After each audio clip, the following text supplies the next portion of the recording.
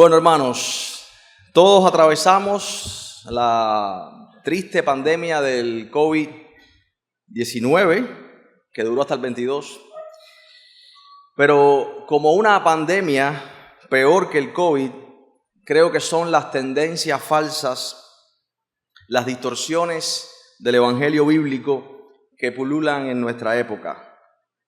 La teología de la prosperidad, donde aseguran que un creyente no puede ser pobre porque Cristo se hizo rico para que en Él todos fuésemos enriquecidos.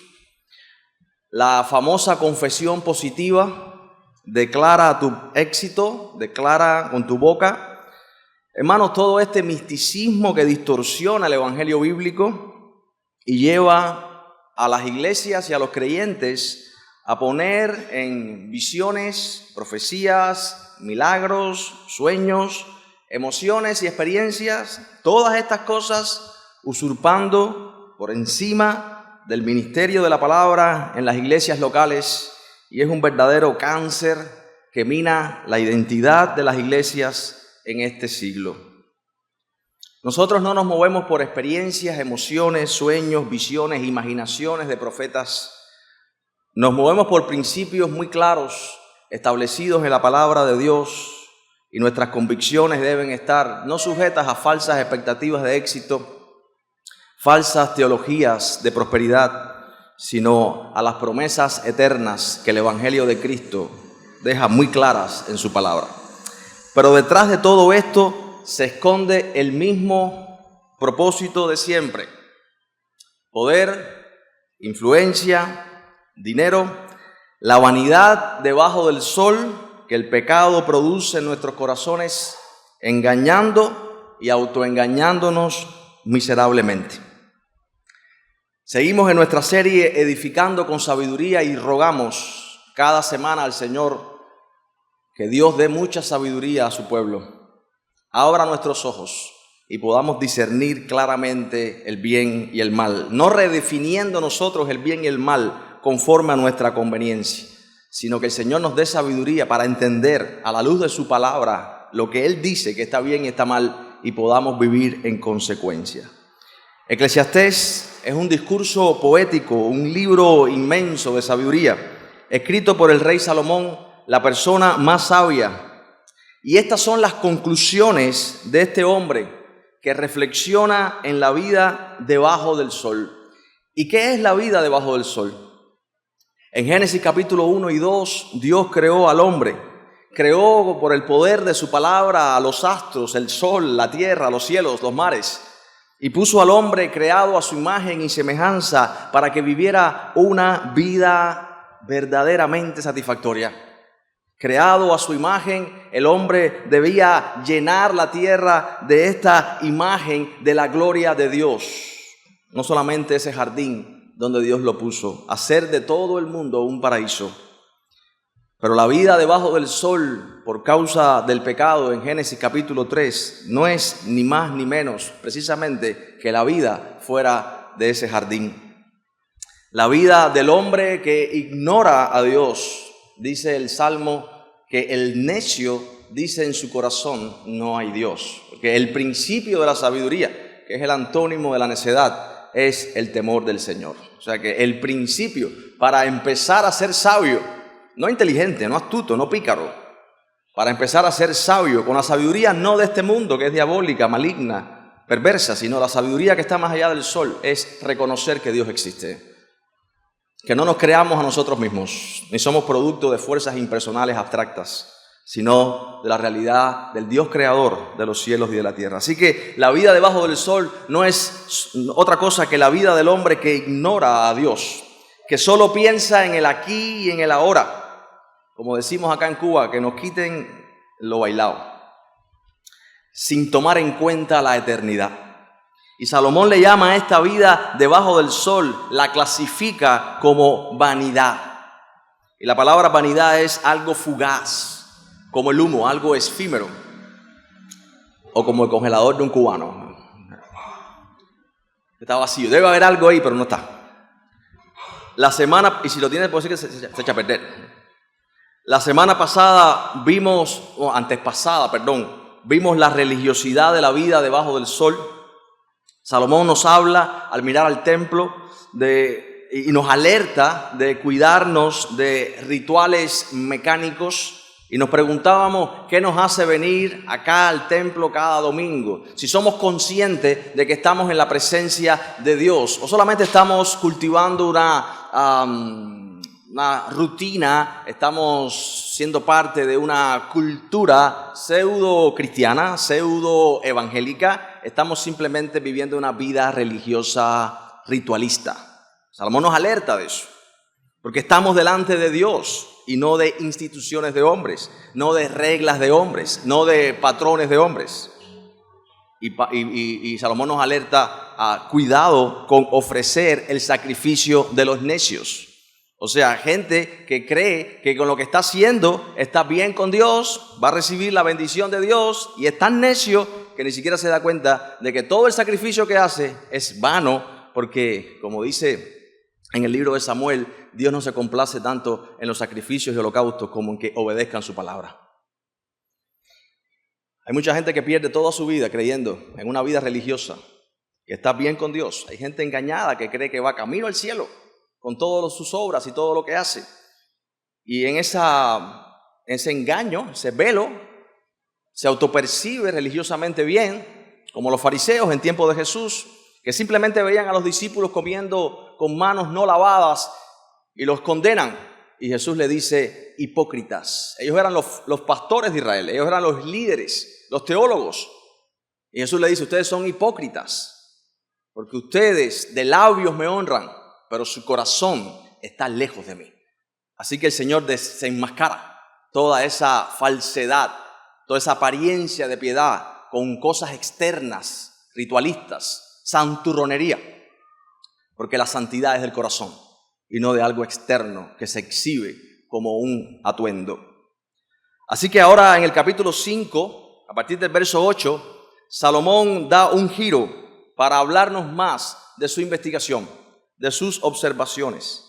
Va a hablarnos de la vida en el entramado social donde estamos, cómo el ser individual se une a otros seres individuales y arman ese ser social, ese ser colectivo que ahora, trayendo su corrupción y todos esos hombres juntos, crean sistemas corrompidos que prometen esperanza al ser humano, que parecen en teoría sistemas buenos, pero en realidad todos están diseñados simplemente para abastecer los deseos insaciables de corazones que no tienen a Dios. Así que la injusticia, esta vida debajo del sol donde el sufrimiento, la injusticia, la inequidad, la desigualdad son el pan de cada día, es lo que Salomón empieza a decirnos. Vamos a leer ahora Eclesiastés capítulo 5, versículo 8, hasta el capítulo 6, versículo 9, que es el tema de esta mañana. Dice, versículo 8, Eclesiastés capítulo 5. Si opresión de pobres y perversión de derecho y de justicia vieres en la provincia, no te maravilles de ello.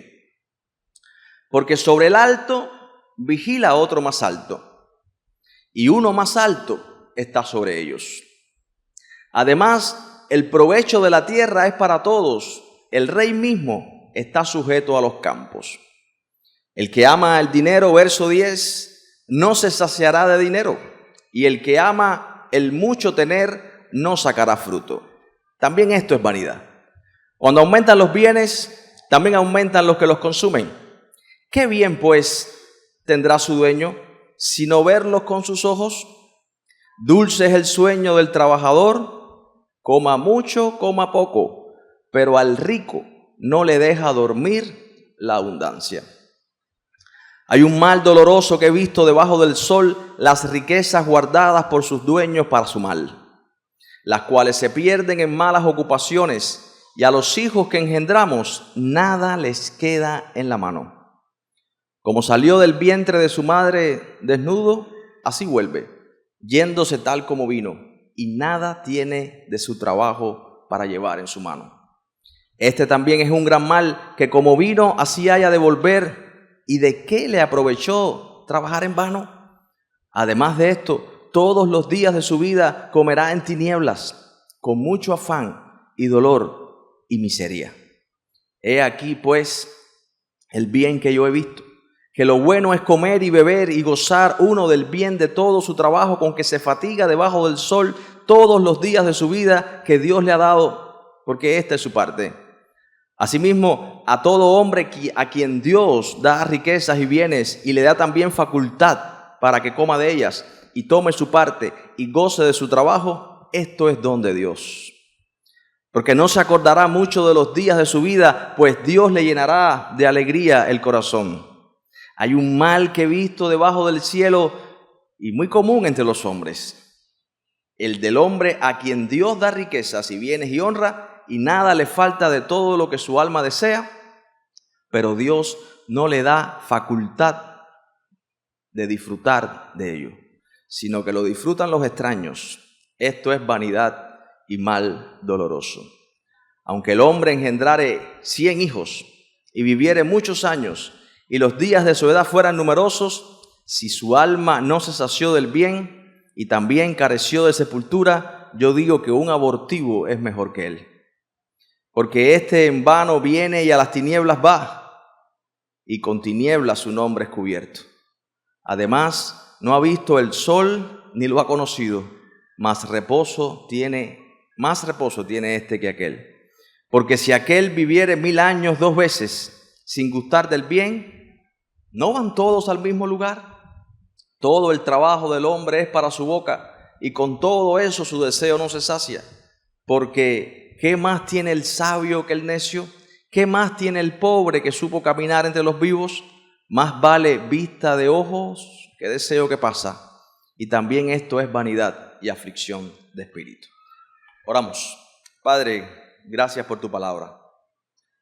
Tu palabra es la verdad. Ayúdanos en esta mañana a entender cuál es tu pasaje, tu principio, lo que tú quieres decirnos a nosotros.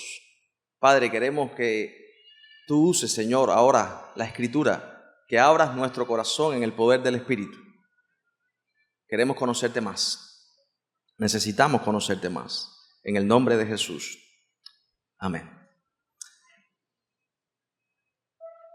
Hermanos, entonces ahora Salomón se adentra en realidades que observa de cómo funciona la vida debajo del sol. Recuerden que Salomón todo el tiempo está describiéndonos su observación, las conclusiones de su investigación, y nos está afirmando una y otra vez su tesis. Debajo del sol, vanidad de vanidades, todo es vanidad. Y ahora precisamente en el verso 8 nos habla de cómo se comporta la sociedad. Una sociedad donde se ha edificado todo y la manera de hacer todas las cosas está matizada ¿por qué? Está caracterizada por la realidad del pecado, que se traduce en la corrupción de la justicia, la desigualdad, porque así el pecado ha afectado la naturaleza humana, haciéndonos egoístas, pensando en nuestro bien por encima de todas las cosas y en usar a otras personas para seguir satisfaciéndonos nosotros. Así que todo el problema humano no está en los sistemas, sino está más dentro del mismo ser humano que en algo externo. Está en el corazón. Somos gente pecadora, gente rota. Y esta es la razón por la que existe el sufrimiento y el dolor. Porque como seres humanos intentamos redefinir, como dije al principio, lo que es bueno y es malo, a nuestra conveniencia. Porque somos egoístas y cuando gente así se reúne, entonces ahí tenemos la expresión social del problema, como en la Torre de Babel, que se reunieron para hacer un edificio que fuera tan alto que llegara al cielo para hacerse de un nombre. El problema del corazón que se proyecta sobre todo lo que hacemos. Entonces, los versos 8 y 9 de Eclesiastés capítulo 5 hacen un giro para introducirnos en este reto que Salomón nos lanza. ¿Es acaso la felicidad tratar de revertir con nuestras fuerzas la situación social que nos rodea? ¿Eso es lo que debemos hacer?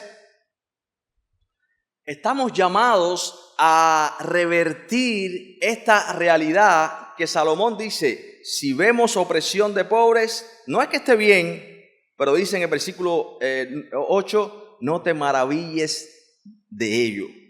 Porque esta es la realidad del mundo caído. Y la otra pregunta que nos lanza Salomón en el resto del capítulo 5 es, ¿pueden las riquezas y la prosperidad traer definitivamente felicidad al ser humano? Entonces los versos 8 y 9 hablan de la corrupción de los gobiernos, de la corrupción de los sistemas, de la opresión de unos sobre otros, de los poderosos sobre los pobres. Habla precisamente de que los pobres y oprimidos tienen poca oportunidad de hallar justicia en ese sistema tan corrompido. Por eso anhelamos como cristianos el reino de ¿quién? El reino del Mesías, el reino de Cristo, porque en su reino no habrá injusticia, ni corrupción, ni burocracia. ¿Cuántas veces hemos dicho el sistema es diabólico? ¿Cuántas veces? Eso es una frase. Todo cristiano ha dicho eso alguna vez en su vida. En el sentido de lo difícil que es hacer un trámite. Los que se bautizan y necesitan sacar su certificado de matrimonio son testigos de qué difícil es hacer un simple trámite. Bueno, los que están en esto también de la nacionalidad española, mi certificado de nacimiento. ¿Te ha pasado que tú dices, aquí hay algo que está mal? Algo no funciona como debería funcionar. Esto debería ser tan sencillo como encargarlo y que rápido llegue. Pero sea cual sea el trámite, se hace difícil de conseguir.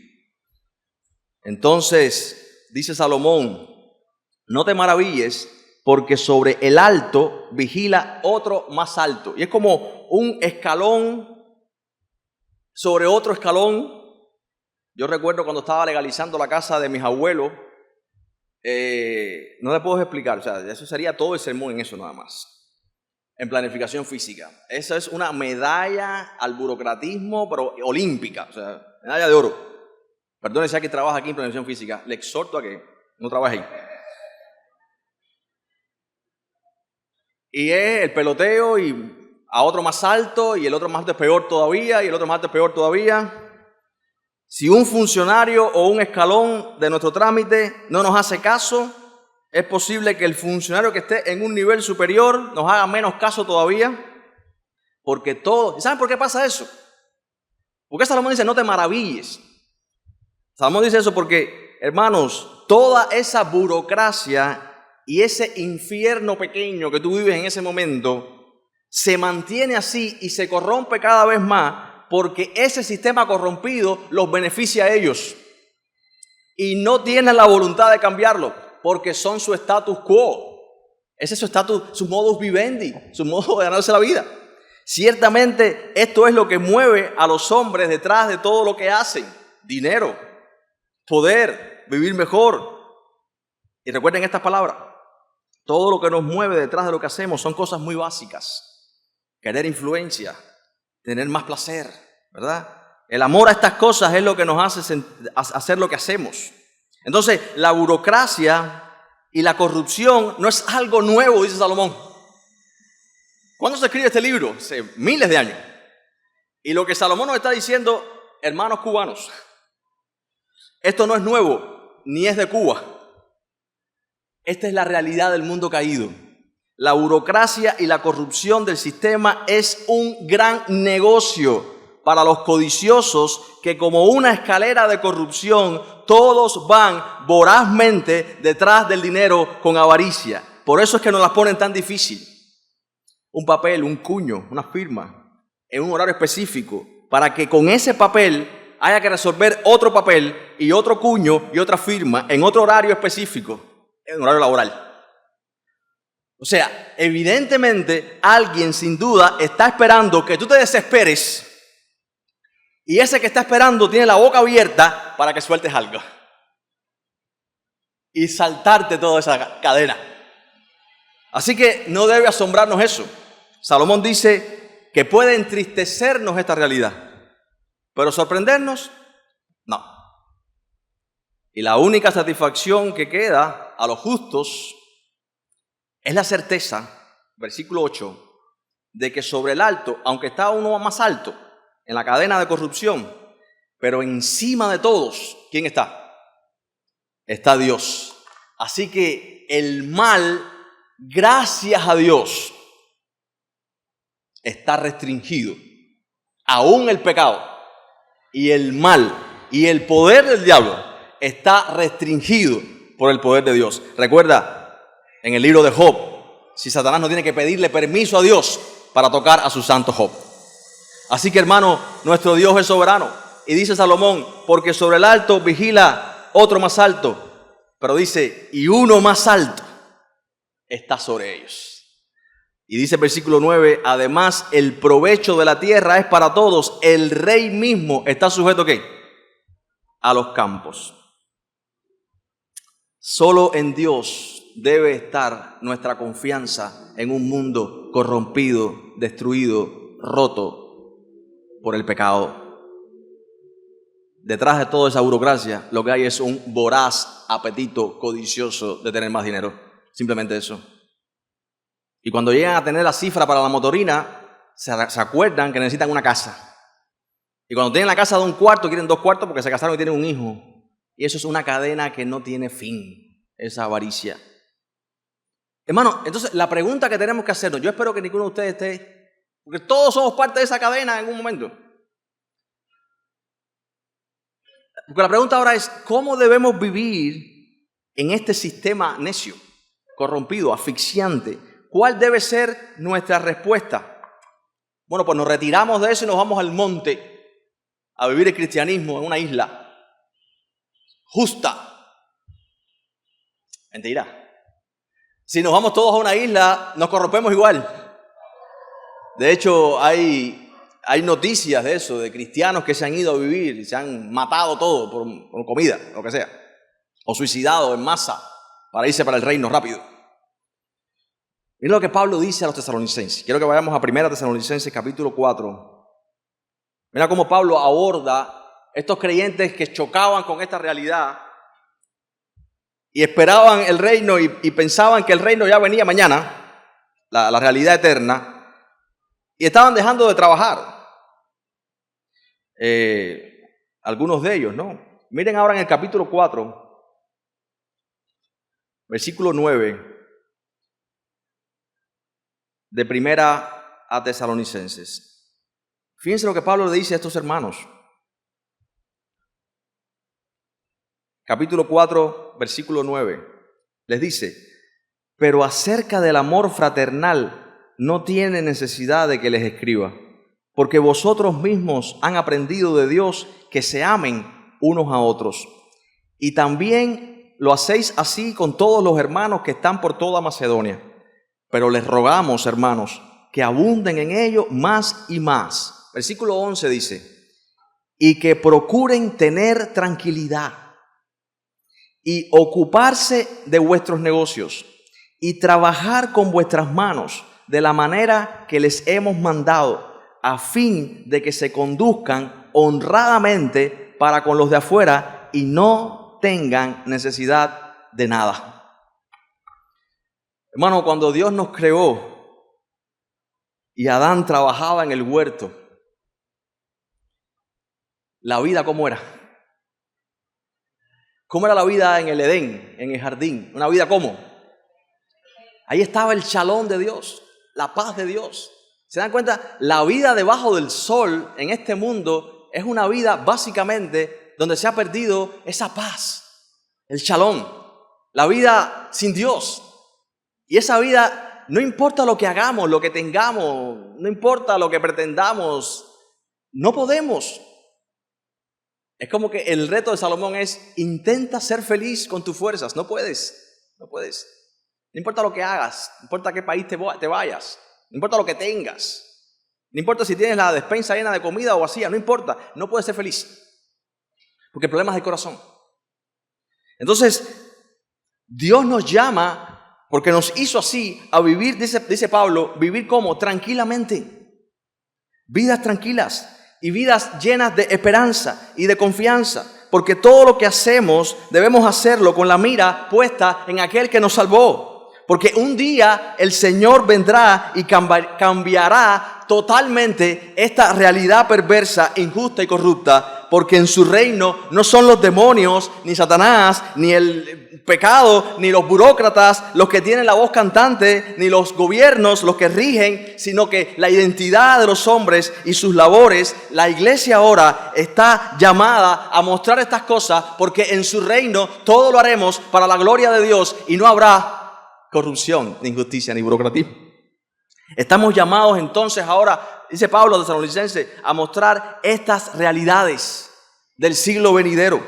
Debemos entender que ya somos llamados a vivir la vida eterna delante de los otros que no son creyentes. Entonces, mis hermanos, ante ese sistema, en vez de desesperarnos, dice Salomón, no te maravilles de eso. En vez de maravillarnos, cuán injusto es. No, esa es la realidad. Sí, todo lo que te pintan es colorete. Detrás de eso, la realidad es la corrupción que hay. Y nosotros entonces, delante de Dios, estamos llamados a vivir vidas diferentes, vidas tranquilas, amando a este mundo de la forma en la que Dios le ama, anunciando que hay algo más allá del sol, que solo en Cristo hay verdadera justicia y verdadera redención, conforme a lo que Dios nos ha dado y el lugar donde Dios nos ha puesto. Versículo 10, dice Salomón, porque a partir del verso 10 Salomón nos va a hablar precisamente de la vanidad y el engaño de las riquezas en este mundo. Y este es el verdadero problema del ser humano. Dice Salomón en el verso 10, el que ama el dinero. ¿Se dan cuenta cómo Salomón conecta la burocracia, la injusticia, la corrupción de los gobiernos, de los sistemas, de los trámites, de todo esto, de la injusticia de los pobres? Todo esto está conectado ¿a qué? Al amor al dinero. El que ama el dinero no se saciará de dinero. Si alguien está en un trabajo, ¿te acuerdas aquel personaje cómico del programa aquel? No importa cuánto me paguen, ¿cuánto es la búsqueda? ¿Cuánto es la búsqueda? El que ama el dinero, ese es el problema. Dice Salomón, no se saciará de dinero. Este es el problema. Evidentemente no son los bienes o los valores materiales en sí mismos el problema, sino es que nuestro corazón tiene puesto su afecto, su lealtad, su confianza, su amor en las cosas equivocadas. Si hiciéramos una encuesta ahora a todos los hermanos que tienen que entregar la antedice del culto, preguntando escuchen bien la pregunta, ¿puede el dinero traer la felicidad al ser humano? Estoy convencido de que todos dijeran un no mayúsculo. Pero qué difícil es liberarnos de la atracción del poder del dinero en la práctica. Soñamos con tener más. Yo le he hecho el cuento de los 90, el cuento de los 90 duro, el sueño, perdón, de los 90. Yo soñaba que me encontraba dinero para comprarme la bacteria, aquella camisa que todo el mundo usaba, los pepillos de la época.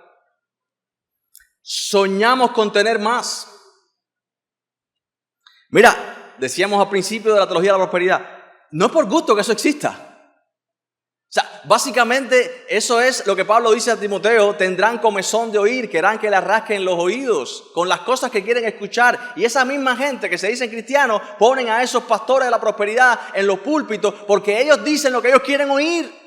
El problema no es de los falsos maestros, el problema es de los que escuchan a los falsos maestros, porque los que escuchan a los falsos maestros son los que los han construido con sus deseos, y esa gente está respondiendo a un deseo, y ese falso maestro es el juicio de Dios para esa gente que no quieren oír la verdad de Dios, sino la verdad que está en sus corazones.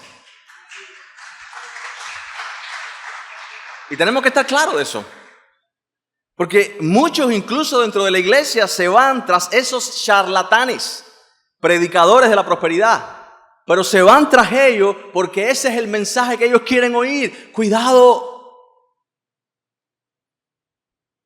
Yo quiero que mi vida se conforme a la verdad de la Escritura, no a la verdad de mis emociones, ni mis experiencias, ni mis expectativas de vida. Dios no está en mis manos. Dios no está hecho a mi imagen.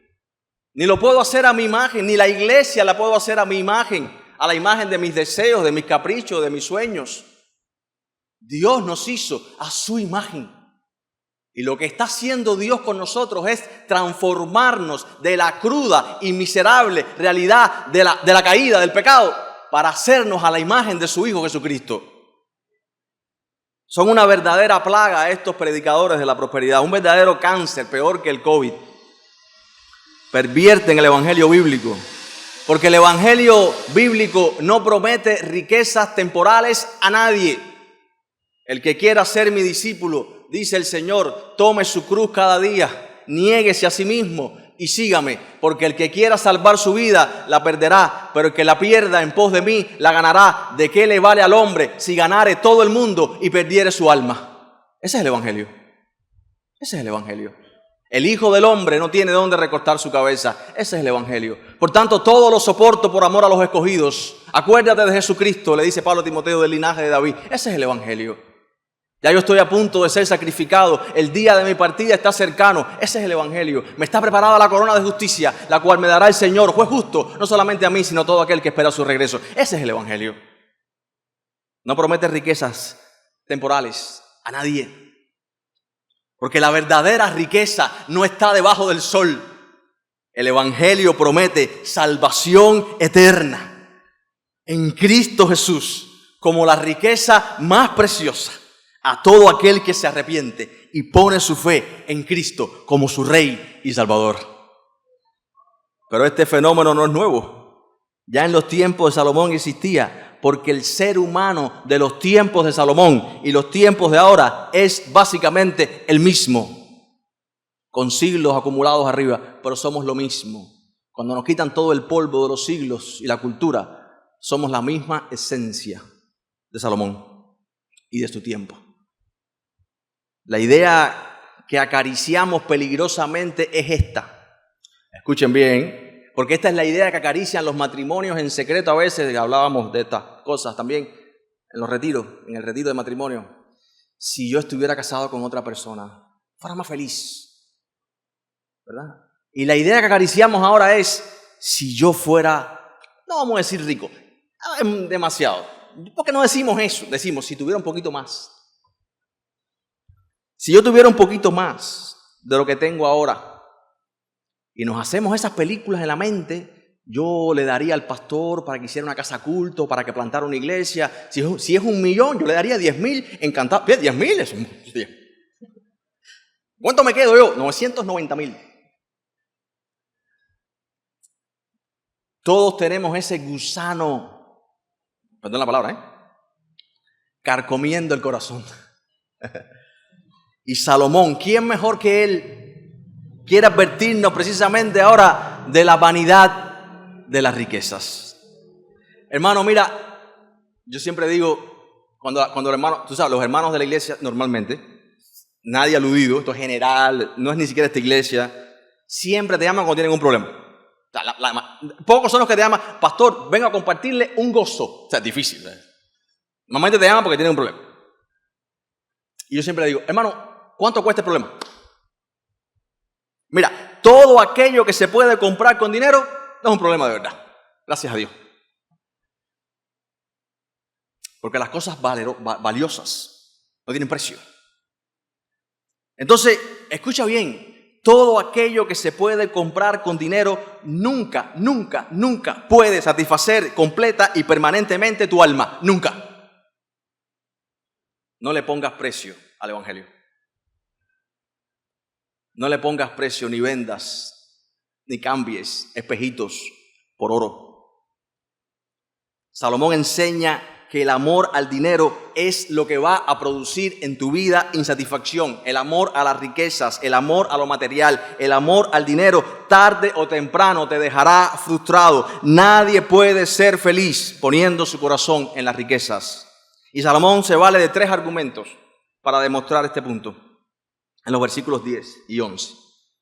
Dice Salomón, una vez más, versículo 10, el que ama el dinero, ¿qué cosa? ¿Cómo lo decimos en buen cubano? Mientras más tengo, más quiero. ¿Verdad? Versículo 11, cuando aumentan los bienes, también aumentan los que los consumen. Mientras más tienes, más gastas. ¿Sí o no?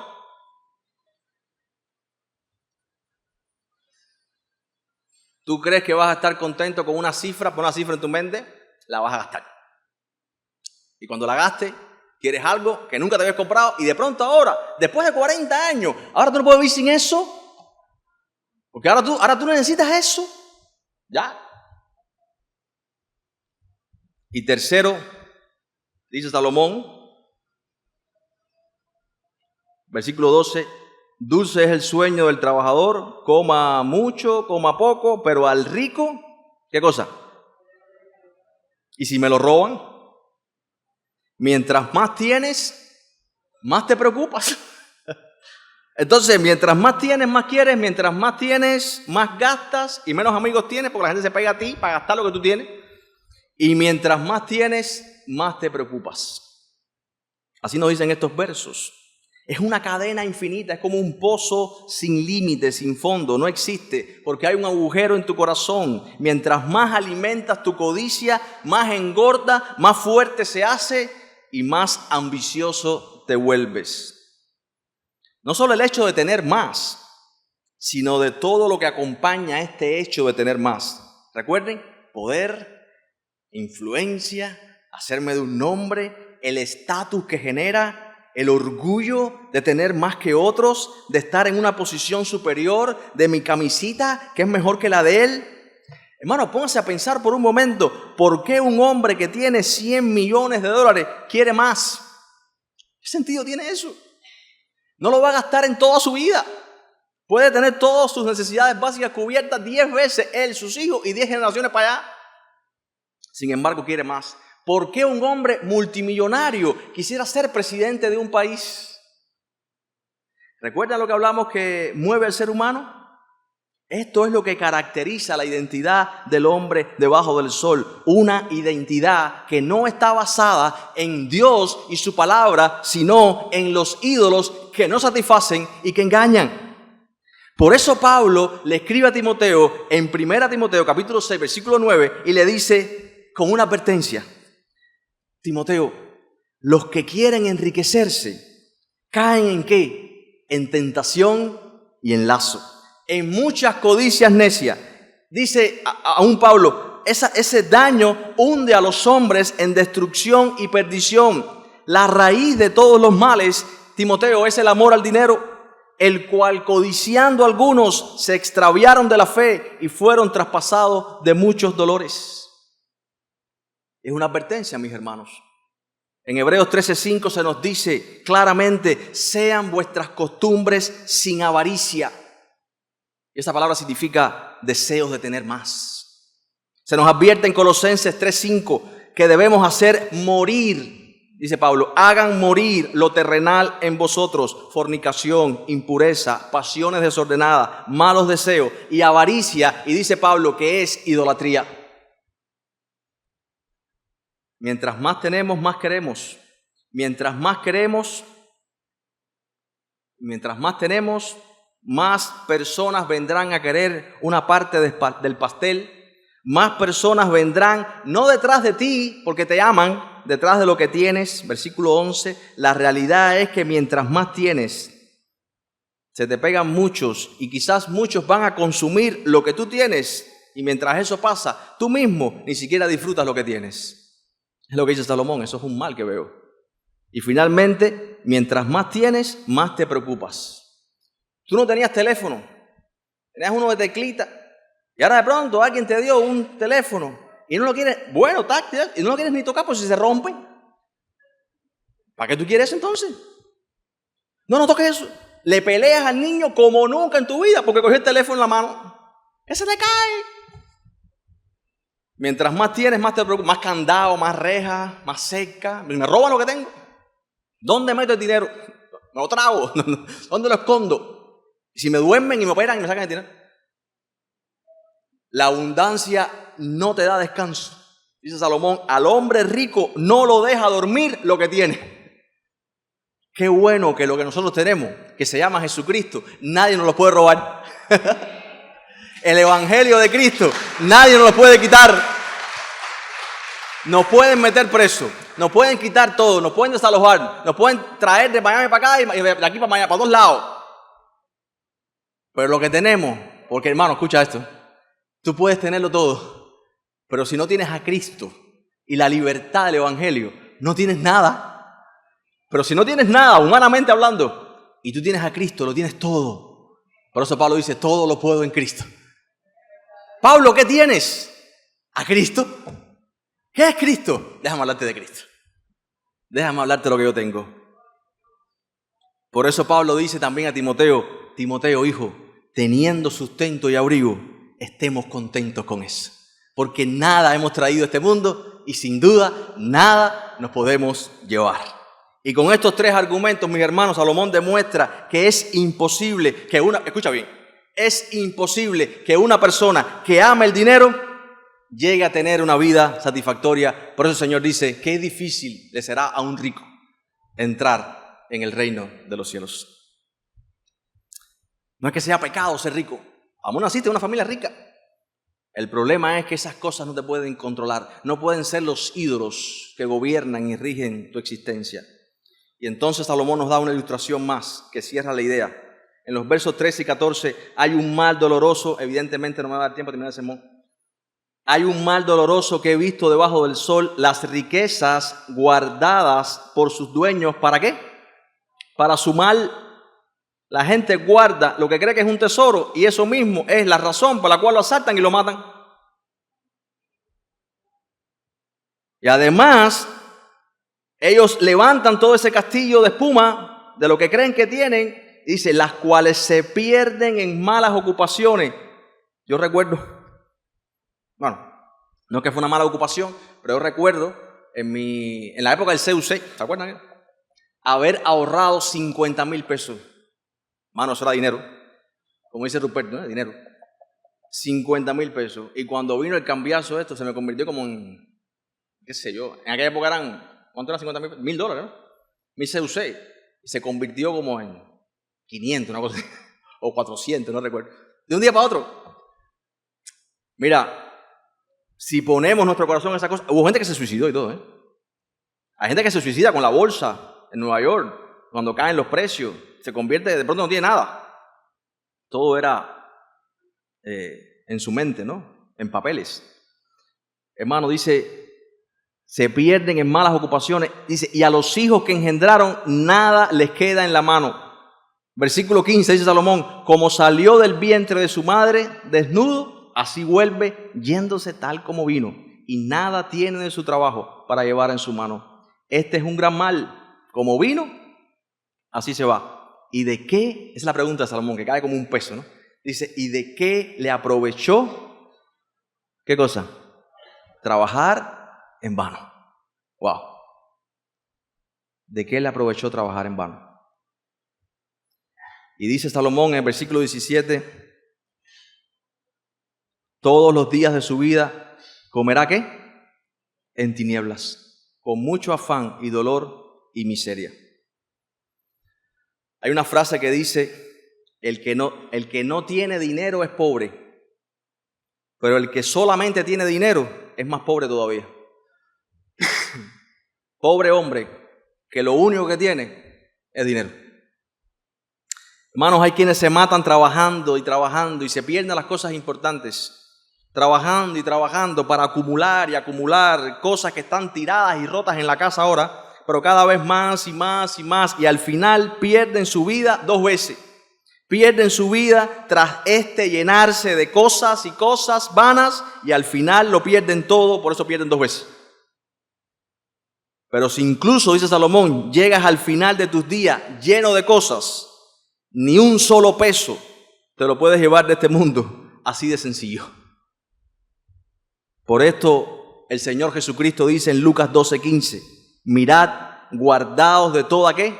Avaricia, porque la vida del hombre no consiste en la abundancia de los bienes que posee. La vida del hombre no es lo que tienes. Hermano, tu identidad no es lo que tú tienes. No bases tu vida y tu identidad en las cosas que tienes, porque eso es basar tu vida e identidad en ídolos que no satisfacen. Dice Proverbios 23:4, escrito por Salomón, no te afanes por hacerte rico, sé prudente y desiste. Esta vida es temporal. Entonces Salomón dice, no confundamos el concepto de las cosas que Dios nos ha dado para que las poseamos y cómo ahora por causa del pecado las cosas mismas que Dios nos ha dado, en vez de nosotros poseerlas a ellas, esas cosas nos poseen a nosotros. Fíjense lo que dice Salomón al final del capítulo 5, versículo 18. He aquí pues el bien que yo he visto, que lo bueno, dice Salomón, es comer y beber y gozar uno del bien de todo su trabajo con que se fatiga debajo del sol todos los días de su vida que Dios le ha dado, porque esta es su parte. Asimismo, a todo hombre a quien Dios da riquezas y bienes, ¿qué le da también? Dice, le da la facultad para que coma de ellas y tome su parte y goce de su trabajo. ¿Esto es qué? Don de Dios, porque no se acordará mucho de los días de su vida, pues Dios le llenará de alegría el corazón. ¿Cuántas veces se repite la palabra Dios en estos versículos? 4 veces. Hermano, yo te pregunto, ¿tú posees las cosas que tienes o las cosas que tienes te poseen a ti? Esa es la pregunta. ¿Es malo tener dinero? No, no es malo. De hecho, gracias al dinero pudimos hacer el retiro de matrimonio ayer, por ejemplo. El punto es que nuestro corazón no puede estar en esas cosas. No puede ser el dinero ni las cosas de este mundo lo que nos posee a nosotros y rija y determine y haga la agenda de nuestras vidas. No pueden ser esas cosas los dioses que nos gobiernan. Porque tenemos un Dios, el Rey Jesús, que es el que nos gobierna. Y Él nos ha dado todas estas cosas. No solamente nos las ha dado, sino nos da la posibilidad, la facultad de disfrutarlas. ¿Quién creó todas las cosas? ¿Quién creó toda la capacidad de sentir y experimentar placer en nuestras vidas? Dios. Hermanos, pero algo peor que la adicción al dinero es el vacío que provoca esa adicción cuando no ponemos a Dios en el centro para que regule toda nuestra vida. La realidad es que ser pobres o ser ricos no es el punto del pasaje. El punto es que debemos cuidarnos del amor al dinero y debemos cuidarnos de la falsa seguridad que el dinero produce y que debemos disfrutar tranquilamente. Cuando comas en casa con tu familia, disfruta de lo que Dios te ha dado. La capacidad de disfrutar esas cosas, Dios nos las ha dado. Pero que esas cosas no se conviertan en los dioses que te poseen. Porque esos ídolos nunca te van a satisfacer. Siempre te van a prometer que vas a disfrutar como la droga, como nunca antes. Pero terminarás frustrado en el piso, más vacío que nunca, porque nada de este mundo fue diseñado para abrazar, para tocar, para llenar tu corazón. Solamente el Creador puede hacerlo. Ninguna de las cosas que Él hizo puede hacerlo, ni tienen esa facultad. Entonces aquí verás las frustraciones de la vida.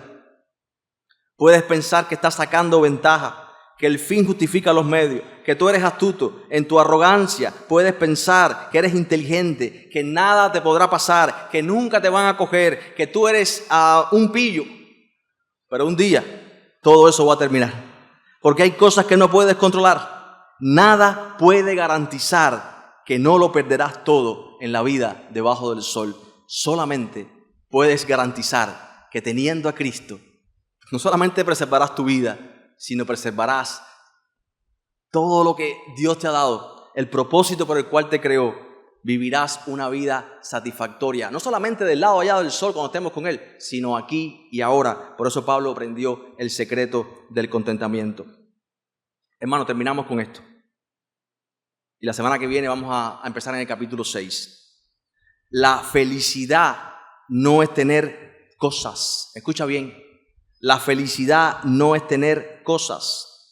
Ni siquiera ahora la felicidad es botar todo lo que tenemos.